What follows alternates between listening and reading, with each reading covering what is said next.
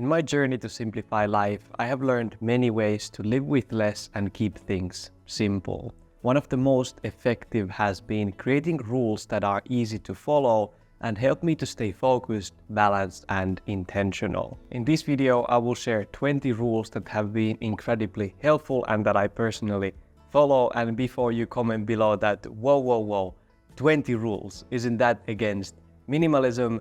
Well, it can be, but a lot of these that I will share have been part of my life for years and feel completely natural to me now. In this list, I have also included some rules or guidelines on how to best use these rules. So I hope you'll find one or two that resonate with you and help make your year a little simpler. The first one is the rule of one.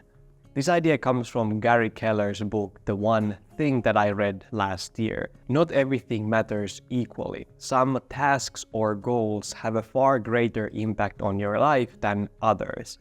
Yet, it's very easy to get caught up in this check-off game, so mindlessly crossing items off a long to-do list without really considering their real importance. And anyway, trying to do multiple things at once just kind of dilutes your focus and leads to lower quality results no matter what you're doing. So to find your one thing, ask yourself, what's the one thing I can do such by doing it, everything else will be easier or unnecessary? This question helps you to pinpoint the action that really moves the needle. For example, if you're decluttering your home, don't try to tackle every area at once. Start with perhaps the most cluttered or stressful space, like your overflowing closet. By focusing on this one thing, you will create momentum and make the rest of decluttering so much easier. The second one is the 5-minute rule. I first heard this one from Matt D'Avella a few years ago, but I think it's a very popular idea that many others have as well. The concept is pretty simple. If something feels hard to start, commit to doing it for just 5 minutes.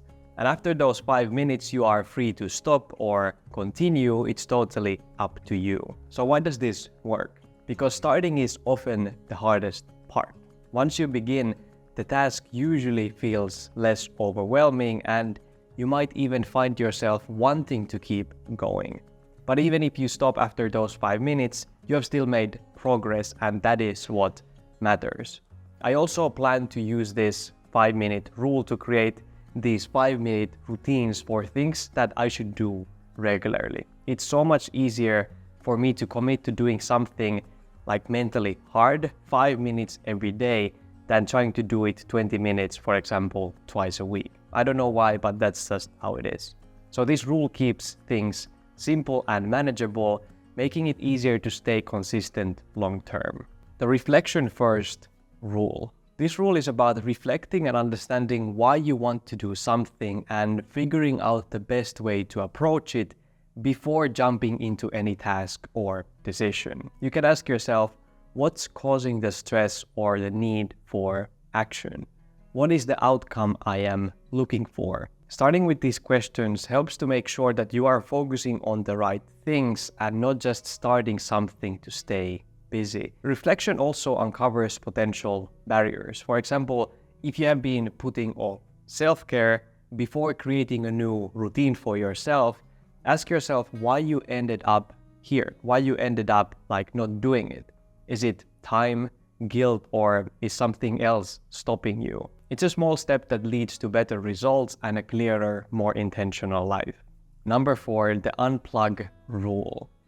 Sometimes life can feel overwhelming, especially when you're working on a big project or going through a tough situation that needs a lot of focus. And if you add to this the fast-paced nature of, for example, social media, it's no wonder that we feel constantly overstimulated. So that's when I follow the unplug rule.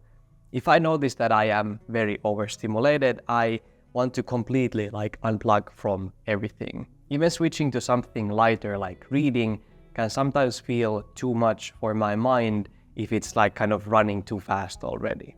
So I give myself basically no distractions, no stimulus. It's like when something overheats, let's say some device or some engine, you don't turn it down a little bit. you completely turn it off. So in these moments, I'll go for a walk, meditate, go for a run, or even just sit and do nothing. This rule really helps me calm down, reset, and recharge.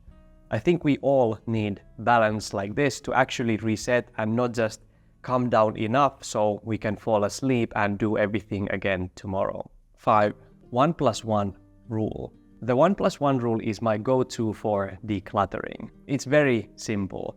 When I'm deciding whether to keep something or let go of something, I ask myself 2 questions. First, have I used it in the past year? And second, do I see myself using it in the year ahead? If the answer to both of these questions is no, it's probably time to let it go. This rule helps me to look at my belongings honestly. If I haven't used something in the past year, there's often a good reason for that. And it's good to maybe reflect on why. So was it uncomfortable, inconvenient, or just not my style? Do I already have everything covered in this area and this item is just extra? Understanding this can prevent you from making the same mistakes in the future and buying things that you don't need or will not use. Of course, there are exceptions to this as well, but I use this more like a general rule to simplify my space and make sure that what I own adds value to my life. 6. Respect the 3-way split. I'm currently reading this book by Dr. Aki Hintsa. It's a Finnish author. In English, this book is called, I think, The Core Better Life, Better Performance. He's like an athlete or was a doctor for athletes. And I came across in this book this idea of dividing life into 3 sections. There's your loved ones, work, and then kind of me, yourself. And then asking yourself some questions when it comes to this. Firstly, if you had to allocate 100% of your energy into these 3 categories, what would your split be? Most people would say something like 50, 30, 20, but of course this is highly personal.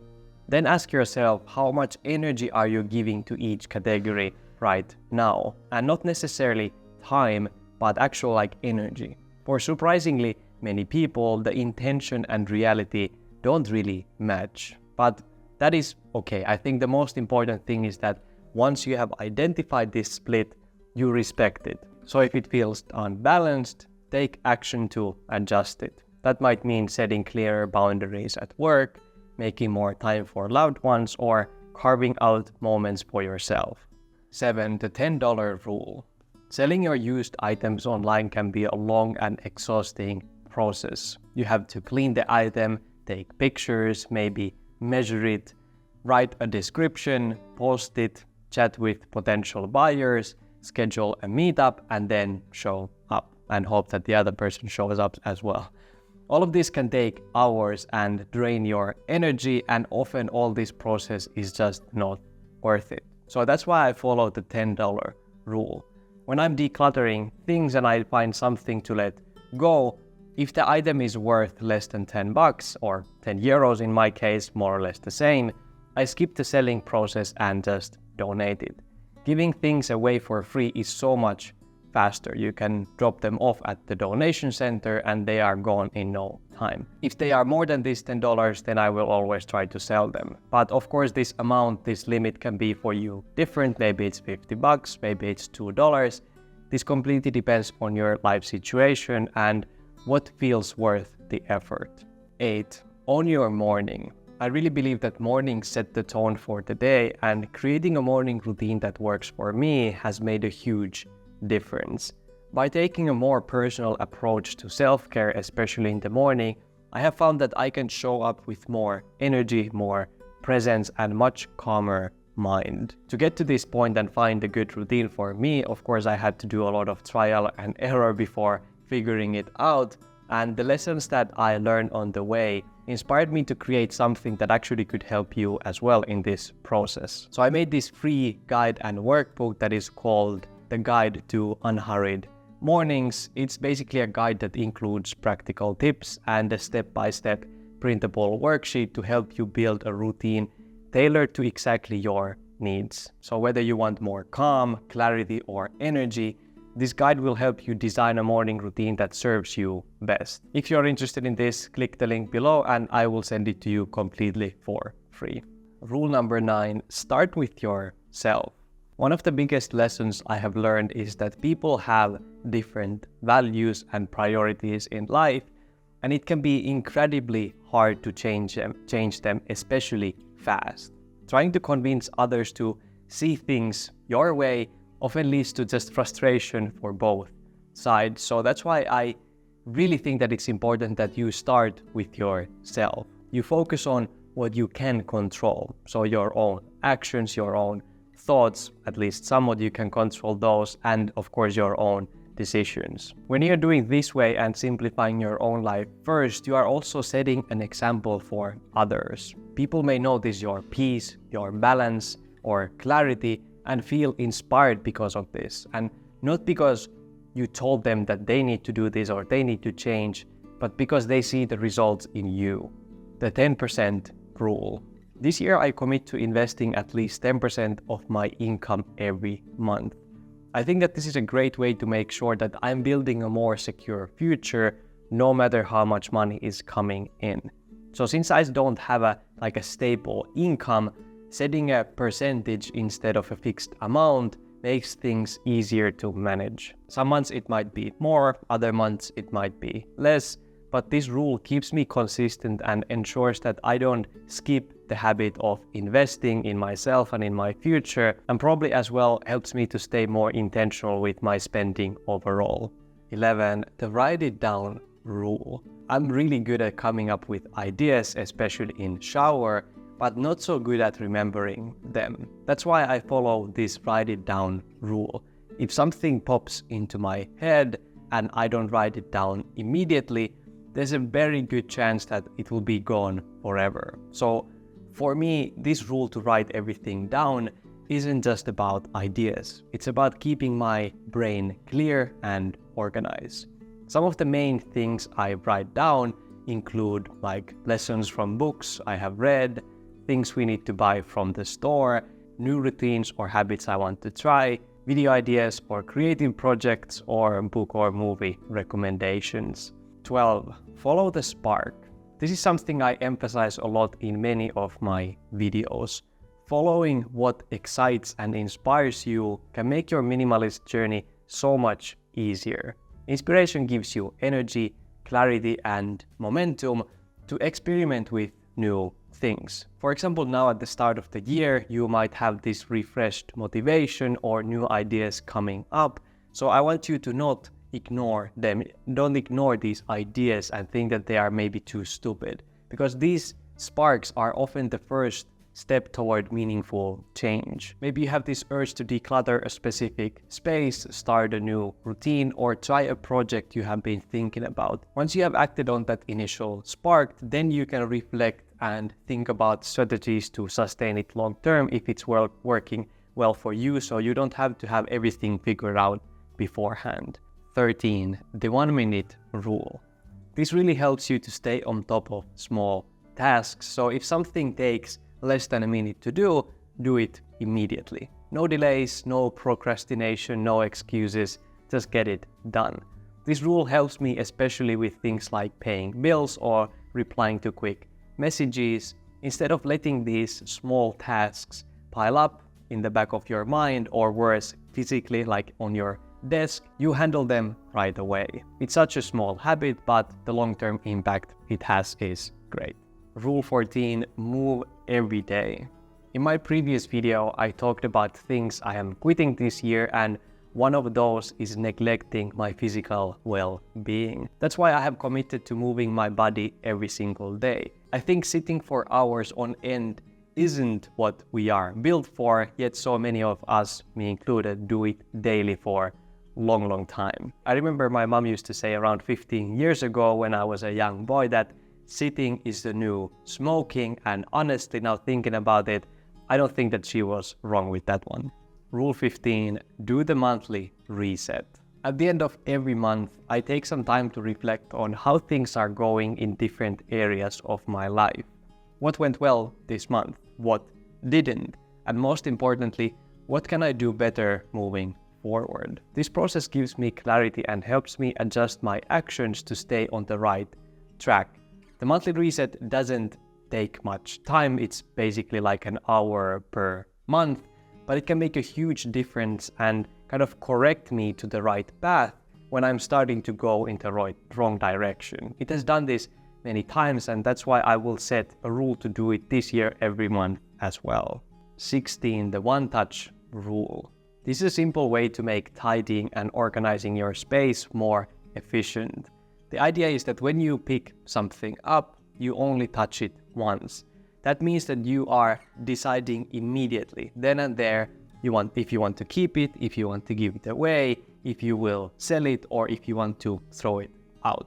This rule helps you to avoid wasting time and revisiting the same items again and again, but of course there are some exceptions to this rule as well, like some sentimental items. For those, I allow myself to pause and revisit them later if needed, so I don't want this to be like super restrictive rule either. The goal isn't to force yourself into rushed decisions, but to create momentum and avoid unnecessary delays, and this rule helps with that a lot. 17, 10-30 rule. This rule is a simple guideline I use as well for decluttering sessions. The idea is this: either find at least 10 items to let go of, or spend at least 30 minutes going through my things before I can stop. This rule works because it forces you to take the time to reflect. So instead of quickly deciding to just keep everything and that's it, you are giving yourself space to really think about what you need and what you don't. This is especially good rule if you have a lot of things to go through, if you are just starting with minimalism, and building a daily habit out of this probably works much better than forcing yourself to go through everything in one day. Rule 18, your life, your rules. Your life is unique, and so should be your rules. Systems, habits, and routines aren't a one-size-fits-all formula. What works wonders for one person might be very overwhelming or unhelpful for someone else. So when you hear rules like this for life or for minimalism or for whatever, take from those what feels helpful and leave the rest. And definitely don't start like 20 different habits or rules all at once, because that is a guaranteed way to end up stressed and frustrated, which is the opposite of what these rules are meant to do. 19, adapt to improve. This rule kind of builds on the previous one. Life is always changing and your rules should change with it. So the adapt to improve rule is all about staying flexible and adjusting your guidelines to fit your current circumstances. If a rule stops adding value or starts holding you back, it's okay to let it go. The goal of these rules isn't to restrict you or make your life harder in any way. They are there to help you live more intentionally and improve your life quality. Number 20, respect the process. Simplifying your life is an ongoing journey, and even with the best systems in place, there may be times when you feel burnt out or need to recalibrate. So accept that this journey takes time, patience, and persistence. It's not about being perfect, it's about showing up and continuing to try. Some things will work for you and others will not. The key is to keep experimenting, learning, and adjusting as you go. And if you need support starting new habits, remember to get my free guide to unhurried mornings. The link is in the description. It's filled with practical tips to help you create a peaceful and intentional start to your day. Thank you so much for watching. Remember to stay kind and meaningful in your own beautiful journey. See you in the next one. Ciao.